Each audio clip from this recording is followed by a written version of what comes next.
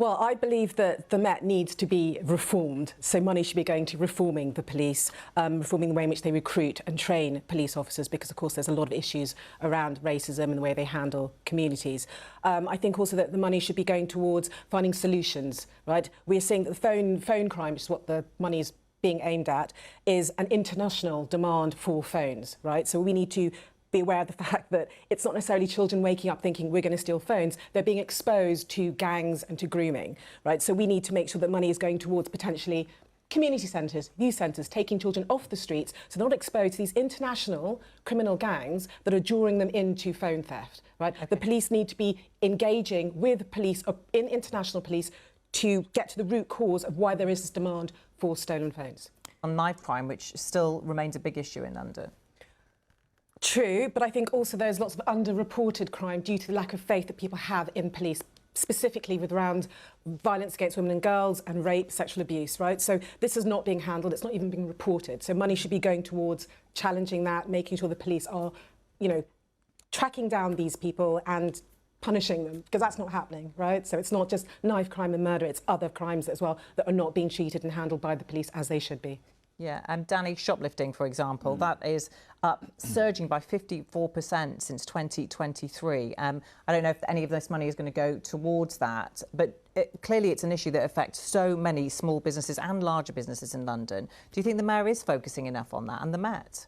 We need to change that. As you say, we need to put extra resource into town centres. We're in the middle of a cost of living crisis, so I don't think if people are stealing food, it's because they can't afford food, it's because of greedflation. Supermarkets are charging ridiculous amounts of money for food, so I think that we should not be going out of our way to try and arrest people for stealing milk. That's right, you lived in Hackney for many years. Would you say it has been gentrified? Are you in favour of that? Absolutely not in favour of the gentrification that has happened in Hackney. It has been relentless and it has been orchestrated intentionally by our Labour-led council. The gentleman from the Trust for London is absolutely right. It is about pricing communities out. Labour has wanted to attract young professionals, young professional couples, and has sacrificed the local communities, not just the vibrant multicultural communities that have been there for decades, but also creative communities as well. And businesses have suffered. Businesses have been evicted so that coffee shops can be put in place. And it's not, as he said, the coffee shops, the owners' fault. It is Labour council, Labour-run council, actively gentrifying the area for money, right? Sacrificing people and not investing in local communities, sorry. Danny? Yeah, no, I respectfully disagree with that approach. I mean, clearly there's cost of living crisis. Clearly it's, you know, we all feel it. I feel it. You see the rents going up, even at a constituency in Zone 6 like mine. It's very hard to afford to live in London for local people. Antoinette, and also we did hear there from H, the cafe owner, who say it is safer. It could have been safer without having to sacrifice local communities. The council could have chosen to invest in infrastructure for the local communities, not for the people they're trying to attract, bring in.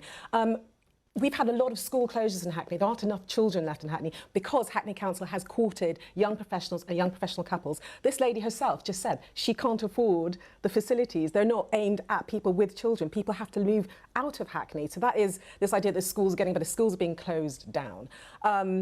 There's not enough council homes in Hackney. They're not being built.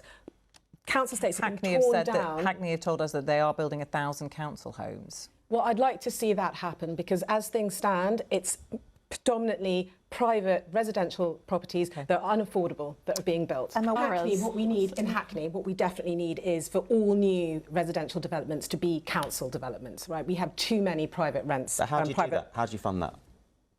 How do we fund? Well, you're already taking money from raising council tax. So there's lots of money. There's money for war. There should be enough money to be able to build as well. Council tax is paying for day-to-day services. How do you pay for 100% council housing? Taxing the super wealthy. This is something the Greens have been talking about for a very long time. Taxing wealthy people and companies fairly. This is not being done. It's not being done. It is not being done. There is always money for these. There should be money for the most vulnerable people in the community. That should be our priority. We're spending £11 billion more on affordable housing. Also regulating the private rental market, rent reductions and rent caps will ensure that we don't have ghettoised neighbourhoods, that people can still remain in their homes and not get priced out. All right. Not easy to find a public toilet, is it? To know where they are. I tend to end up using pubs most of the time. But I do want to say that it's really great to see green policies being acted on. Obviously, our Green London Assembly member, Caroline Russell, has been key in raising awareness for the need for public loos.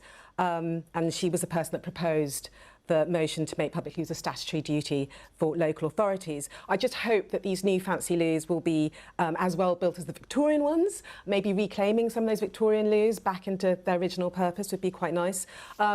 They also mentioned in the video passive surveillance, and I think that's super important, making sure that the loos are going to be safe for women and vulnerable people late at night, because these are the people that desperately need to be able to use loos. I mean, unfortunately, I have seen men making free use of our streets, whereas women definitely can't do that. So I hope these loos are really taking into account that women need to have safe spaces to use. That's why the map that we suggested, I think, is so important, because if people have it on the map and then they see the sticker on the door, I think they know it's a surefire thing, they'll be allowed to go. Lockdown. Okay.